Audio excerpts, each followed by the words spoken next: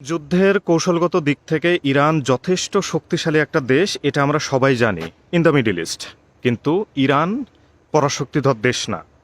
এই মুহূর্তে বিশ্বের অন্যতম পরাশক্তিধর দেশ আমেরিকা সহ তাদের মিত্র দেশ ইসরায়েল সহ ইরানের আশেপাশে যতগুলো সাবকন্টিনেন্টাল কান্ট্রি আছে, যেগুলোকে এখন আমরা ইরানের ঘোর শত্রু হিসেবে দেখতে পাচ্ছি।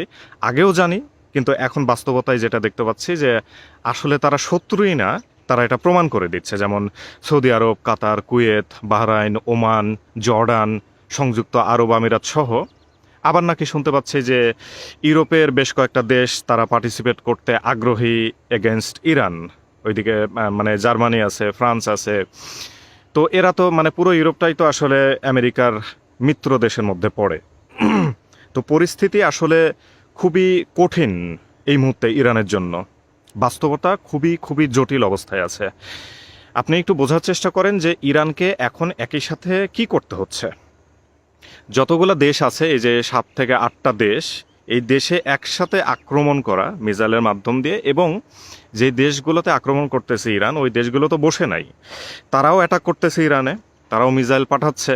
ওই মিসাইলগুলোকে আবার ইন্টারসেপ্ট করতে হচ্ছে।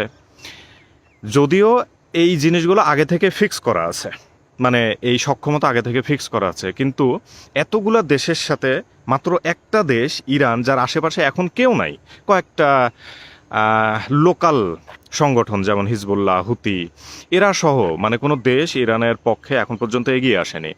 তো বাস্তবতা কিভাবে আস্তে আস্তে কঠিন দিকে আগাচ্ছে দেখেন। একই সাথে মিসাইল মারা, এবং তারাও মারলে সেই মিসাইলগুলোকে ইন্টারসেপ্ট করে ধ্বংস করা, পাশাপাশি ইরানের দেশের যে জনগণ, এই জনগণের নিরাপত্তা দেয়া, খাদ্য নিরাপত্তা, স্বাস্থ্য ঝুঁকি কয়েকদিন পরে যেটা দেখা যাবে, এরপরে বিভিন্ন স্যাংশন দেয়া শুরু করবে।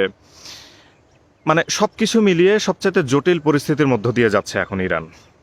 তো ভালোবাসা, নারাই তাকবীর, দোয়া, সাপোর্ট, তারপরে বিভিন্ন ধরনের ভিডিও দেখে মনের মধ্যে কনফিডেন্ট বিল্ড আপ করলে আসলে এই মুহূর্তে ইরানের পক্ষে কোনো লাভ নাই।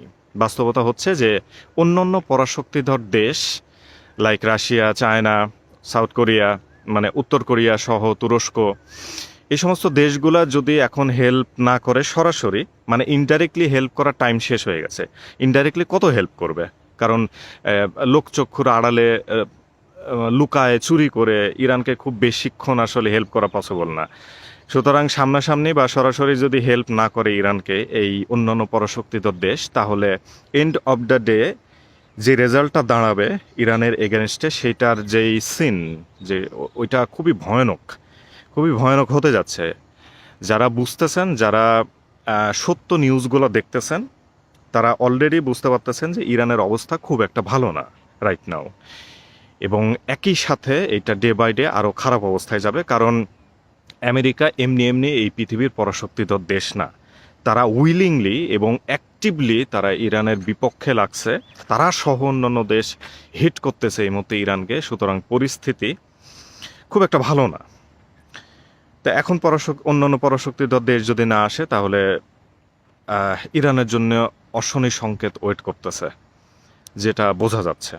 এখন দেখা যাক, আসলে ভূ রাজনীতি বা বিশ্ব রাজনীতির এই স্ট্যাটিস্টিক্স খুবই জটিল, কখন কি হয়ে যায় বলা যায় না। আর যদি সব দেশ একসাথে লেগে যায়, তাহলে ওটা বলতে চাচ্ছে না, ওইটা আমরা চাই না, আসলেই চাই না। আমরা চাই যে থেমে যাক, সব কিছু থেমে যাক, জিদ, যে ইরান দেখাই দিক, তাদেরকে মরণ কামড় দিক, এই ধরনের জিদ থেকে বের হয়ে আসতে হবে। যুদ্ধ কারোর জন্যই মঙ্গল বয়ে আনে না।